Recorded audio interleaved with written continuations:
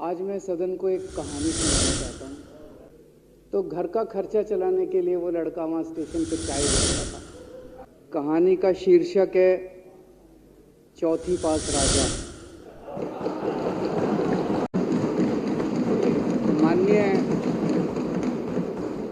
माननीय अध्यक्षा महोदय, आज मैं सदन को एक कहानी सुनाना चाहता हूँ। कहानी का शीर्षक है चौथी पास राजा।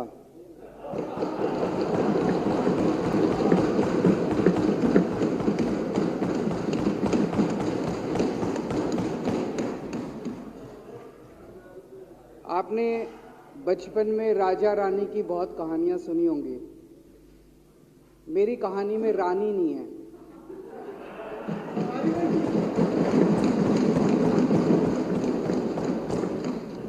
बस राजा है। ये एक ऐसे राजा की कहानी है अध्यक्ष महोदया, जो अनपढ़ था, चौथी पास था, बेहद अहंकारी था, बहुत अहंकार था, बहुत ज्यादा, और पैसे की इतनी हवस थी, इतना भ्रष्टाचारी था, इतना भ्रष्टाचारी राजा था।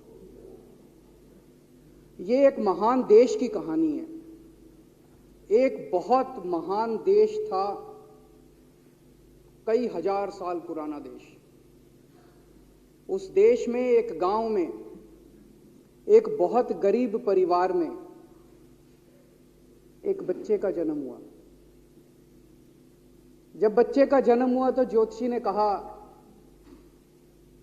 गांव में ज्योतिषी होते हैं, आते हैं, वो पत्री बनाते हैं।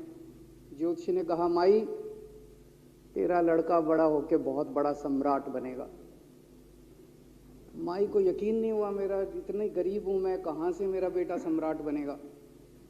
तो उसने कहा, नहीं, तेरे बेटे के ग्रह बताते हैं तेरा बेटा बहुत बड़ा सम्राट बनेगा। बेटा धीरे धीरे बड़ा होने लगा। स्कूल, गांव का ही स्कूल था, स्कूल जाता था, उसका पढ़ने वढ़ने में मन नहीं लगता था। तो चौथी के बाद उसने किसी तरह से चौथी करी, चौथी के बाद उसने स्कूल छोड़ दिया। गांव के पास एक रेलवे स्टेशन था।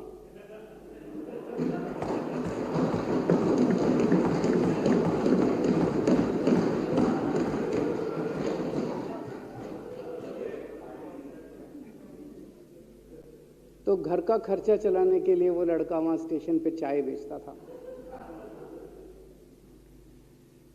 लड़के को भाषण देने का बड़ा शौक था। सारे गांव के लड़कों को इकट्ठा कर लेता, आसपास के गांव के भी इकट्ठा कर लेता, सामने वो खाट डाल लेता, उस पर चढ़ जाता और भाषण देता। धीरे धीरे आसपास के गांव के लड़के भी इकट्ठे हो गए। जिस भी चीज में भाषण देता, एक बार शुरू हो जाता तो बंद ही नहीं होता। अब ज्योतिषी ने कहा था, लड़का बड़ा हुआ, बड़ा होके एक दिन उस महान देश का वो राजा बन गया। पूरे देश में उसका नाम हो गया चौथी पास राजा। लोग उसको चौथी पास राजा कहते थे। अब उसे आता जाता कुछ था नहीं, पढ़ा लिखा था नहीं। अफसर आते, कुछ अंग्रेजी में चपर चपर करते, उसको समझ नहीं आता। अफसर जो मर्जी उससे साइन करा के ले जाते, जो मर्जी उससे साइन करा के ले जाते। अब वो कुछ पूछे अफसरों से तो उसे भी शर्म आती थी कि मैं पूछूंगा तो उनको लगेगा अनपढ़ आदमी है, पता चल जाएगा। तो उसके भी दिल में ये रहता था, यार मैं पूछूं ना पूछूं। पता नहीं किस किस चीज पे उसने चौथी पास राजा ने साइन कर दिए। फिर धीरे धीरे राजा को ये बुरा लगने लगा, यार ये मेरे को चौथी पास कहते हैं। तो उसने एक फर्जी डिग्री बनवा ली। कहीं से फर्जी डिग्री बना के ले आया, एमए की। बोला मैं एमए हूं। तो लोगों को लगा, यार ये तो ठीक नहीं है, ये तो फर्जी डिग्री हम बना के ले आया हमारा राजा। तो लोगों ने आरटीआई डाली। जो आरटीआई डालता उस पर 25,000 रुपये जुर्माना।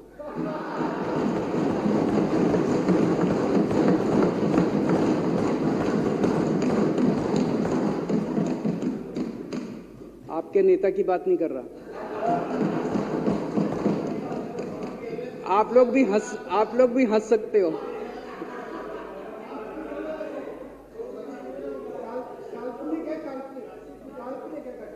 तो जो आरटीआई डाले उसको 25,000 रुपए का जुर्माना, जो आरटीआई डाले उसको 25,000 रुपए का जुर्माना।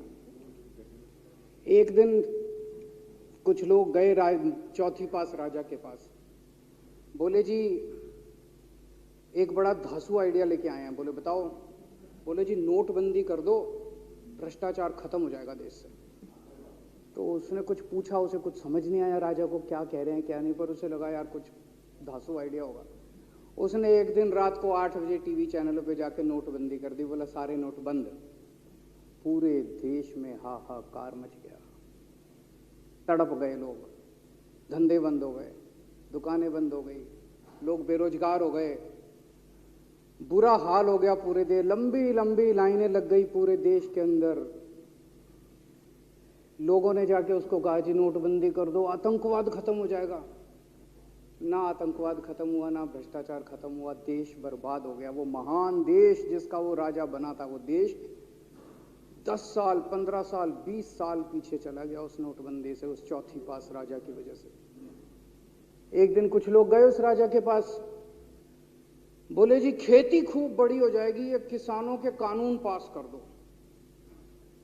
अब उसको कुछ अकल नहीं थी राजा को, अनपढ़ राजा था। उसने साइन कर दिए, 3 काले कानून पास हो गए किसानों के। पूरे देश के किसान सड़कों पे, जगह जगह मोर्चे, 750 किसानों की मौत हो गई 1 साल के अंदर। अंत में राजा को वो कानून वापस लेने पड़े।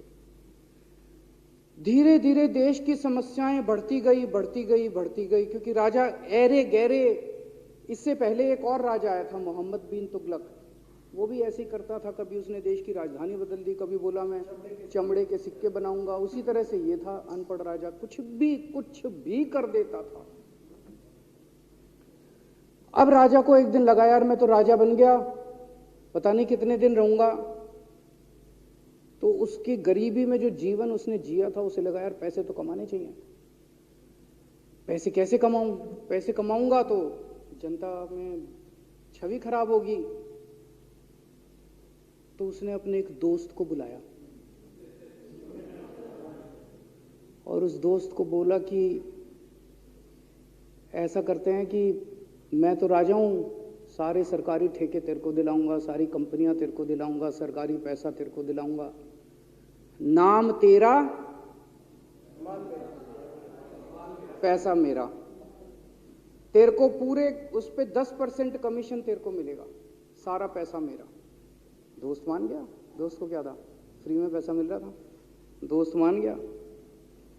उसके बाद दोनों ने मिलके जो देश को लूटा।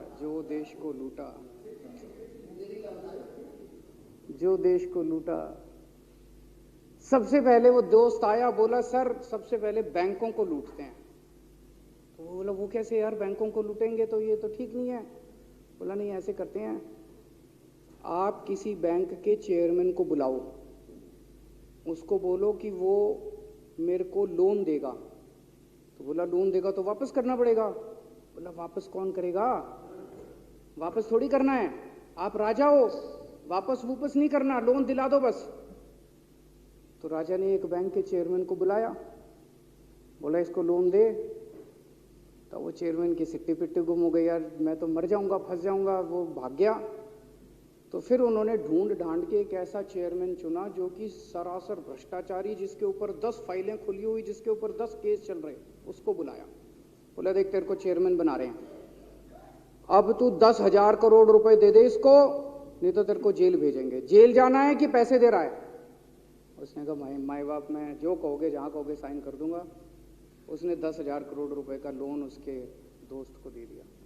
ऐसे करते करते 1,00,000 2,00,000 करोड़ रुपए इन्होंने बैंकों से लूट लिए। राजा ने, चौथी पास राजा ने और उसके दोस्त ने मिलकर 2-2.5 लाख करोड़ रुपए बैंकों से लूट लिए। अब बैंकों से पैसा लूटने के बाद उन्होंने देश को खरीदना चालू किया। सबसे पहले उन्होंने देश के एयरपोर्ट खरीदे, पहले 6 एयरपोर्ट खरीदे, फिर उन्होंने बिजली कंपनियां खरीदी, फिर उन्होंने बिजली के दाम बढ़ा दिए पूरे देश के अंदर, फिर उन्होंने सी पोर्ट खरीदने चालू कर दिए, फिर उन्होंने कोयले खदानें ले ली, फिर इन्होंने पुलिस को भेज भेज के जो लोगों की कंपनियां थी, प्राइवेट लोगों की कंपनियां, यहां बंदूक रख रख के उनकी कंपनियां छीन ली राजा ने और उसके दोस्त ने। हाहाकार मच गया पूरे देश के अंदर। इतनी महंगाई हो गई, इतनी महंगाई हो गई पूरे देश में। पहले गैस 400 रुपए सिलेंडर होती थी, चौथी पास राजा के आने के बाद 1100 रुपए सिलेंडर हो गई। पहले पेट्रोल 71 रुपए होता था, 97 रुपए हो गया। पहले डीजल 57 रुपए होता था, 90 रुपए लीटर हो गया। जब पेट्रोल के दाम बढ़ गए, डीजल के दाम बढ़ गए, तो सारी चीजों के दाम बढ़ गए देश के अंदर। हाहाकार मच गया। सब चीजों पे इसने और इसके दोस्त ने कब्जा। दूध पहले 46 रुपए होता था, 66 रुपए लीटर हो गया। बच्चों को माएँ दूध पिलाने लायक नहीं बची, घरों के अंदर छोटे छोटे बच्चों के दूध छीन लिए इसने राजा ने। सरसों का तेल 90 रुपए लीटर होता था, 214 रुपए हो गया। बताओ, धीरे धीरे पूरे देश में हाहाकार मच गया। लोग अब राजा के खिलाफ आवाज उठाने लगे, लोग उसके खिलाफ बोलने लगे। तो राजा ने कह दिया, जो मेरे खिलाफ बोलेगा पकड़ के जेल में डाल दो। एक के बाद एक राजा ने लोगों को पकड़ पकड़ के जेल में डालना शुरू कर दिया। किसी ने राजा का कार्टून बना लिया, उसको भी जेल में डाल दिया। किसी ने राजा का नाम गलत ले दिया, उसको भी जेल में डाल दिया। किसी टीवी चैनल वाले ने राजा के खिलाफ लिख दिया, उसको भी पकड़ के जेल में डाल दिया। किसी जज ने राजा के खिलाफ कोई ऑर्डर कर दिया, उसको भी पकड़ के जेल में डाल दिया। ना जजों को छोड़ा, ना पत्रकारों को छोड़ा, ना मीडिया को छोड़ा, ना व्यापारियों को छोड़ा, ना उद्योगपतियों को, किसी को नहीं छोड़ा। राजा ने पकड़ पकड़ के उसने चौथी पास राजा ने सबको जेल में डालना चालू कर दिया। एक महान देश कहां से कहां पहुंच गया। उसी देश के अंदर एक छोटा सा राज्य था, उस राज्य का एक मुख्यमंत्री था।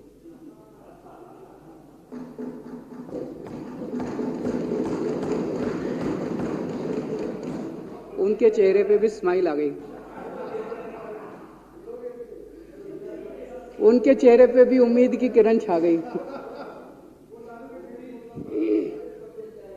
वो मुख्यमंत्री अपने लोगों का खूब ख्याल रखता था। वो मुख्यमंत्री कट्टर ईमानदार था।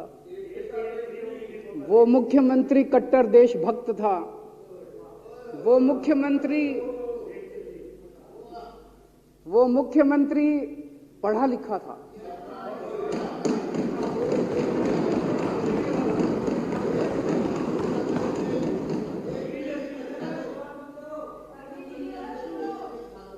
उस मुख्यमंत्री ने अपने लोगों को महंगाई से छुटकारा दिलाने के लिए बिजली मुफ्त कर दी। भाई साहब, उसके बाद तो चौथी पास राजा पागल हो गया। उसने बुला के जो हड़काया उस मुख्यमंत्री को कि तेरी हिम्मत कैसे हुई। उसे लगा राजा ने तो सारी बिजली कंपनियों पे कब्जा कर रखा था।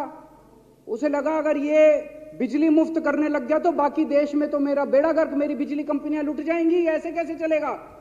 उसने उसको कहा, खबरदार, तूने बिजली मुफ्त की। मुख्यमंत्री नहीं माना।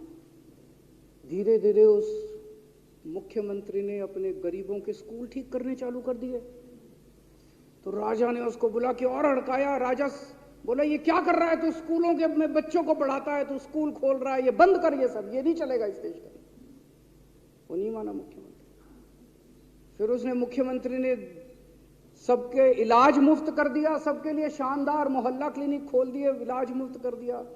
राजा तो बिल्कुल ही पागल हो गया। धीरे धीरे जनता को पता चला कि राजा कैसा है। एक दिन लोगों ने उस राजा को उखाड़ के फेंक दिया।